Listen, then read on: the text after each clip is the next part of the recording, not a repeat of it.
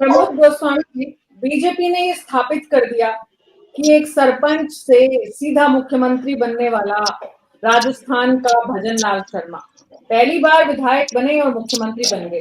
उससे पहले सरपंच ही थे और वो भी बहुत समय के बाद विधायकी का टिकट मिला।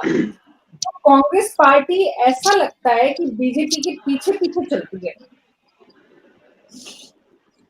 नहीं मीना जी, देखिए बीजेपी की अपनी एक उसको कांग्रेस से फिलहाल वर्तमान स्थिति में कंपेयर नहीं कर सकते हैं। उनकी रणनीति से, पार्टी के संगठनात्मक ढांचे से, उसके कद से, उरूज से, सत्ता में रहने के बहुत से कारण हैं कि वो चाहें तो वो एक किसी आम चलते आदमी को वो ले जाके, जिसने नाभि लड़ाओ 6 महीने के बाद विधान परिषद से या विधानसभा से चुनाव लड़ा के उसको मुख्यमंत्री बना सकते हैं। तो यहाँ इससे मुझे लगता है कि ये कंपेयर करना शायद उचित नहीं होगा। वास्तविकता ये है कि उत्तर प्रदेश में लगभग 3 दशक से कांग्रेस का संगठनात्मक ढांचा बहुत लचर या कमजोर हो गया है। ऐसी स्थिति में और चूंकि 3 दशक एक बहुत लंबा समय होता है, उसमें यहाँ ना तो राज्य स्तर पर, प्रदेश स्तर पर कोई स्थापित नेता है, ना ही आपके जिले स्तर पर, न पंचायत स्तर पर, न ब्लॉक स्तर पर। एक कमी है, ये यथार्थ है, इसको कोई स्वीकार करे अथवा न करे।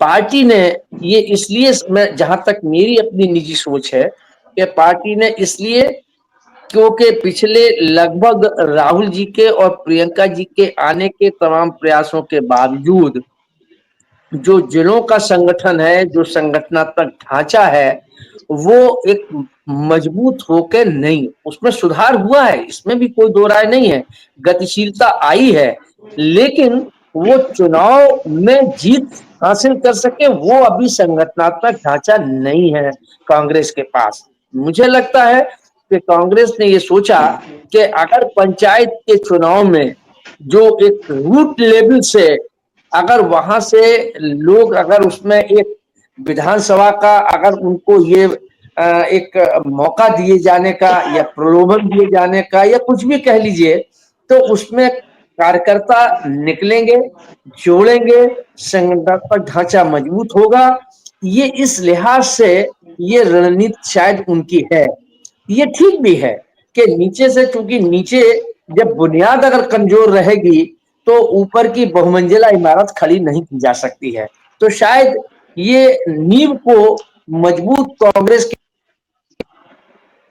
लिए उठाया गया एक सकारात्मक, एक अच्छा कदम हो सकता है। लेकिन विधानसभा का चुनाव है, अगर कहीं पंचायत चुनाव में अगर इनके लोग जीत के नहीं आ पाए, तो फिर जो टिकट मांगने का इनकी दावेदारी होगी इंडिया गठबंधन के साथ, चाहे समाजवादी पार्टी के साथ हो या किसी के भी अन्य राज्यों में हो, अगर ये अन्य राज्यों में भी अगर ये व्यवस्था है तो ऐसी स्थिति में फिर इनकी, अगर ये कहेंगे कि हमको 100 टिकट चाहिए, वो कहेंगे आपके पंचायत के तो 5 ही जीते हैं, तो विधानसभा के कैसे आपको 100 टिकट दे दिए जाए।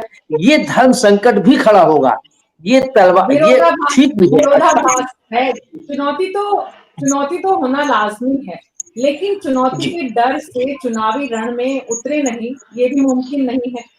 बिल्कुल, मैं यही बात, मैं मीना जी, मैं यही कहना चाह रहा था कि बुनियादी ढांचे को मजबूत करने के लिए उठाया गया कदम तो ठीक है, लेकिन इसके साइड इफेक्ट्स भी हैं।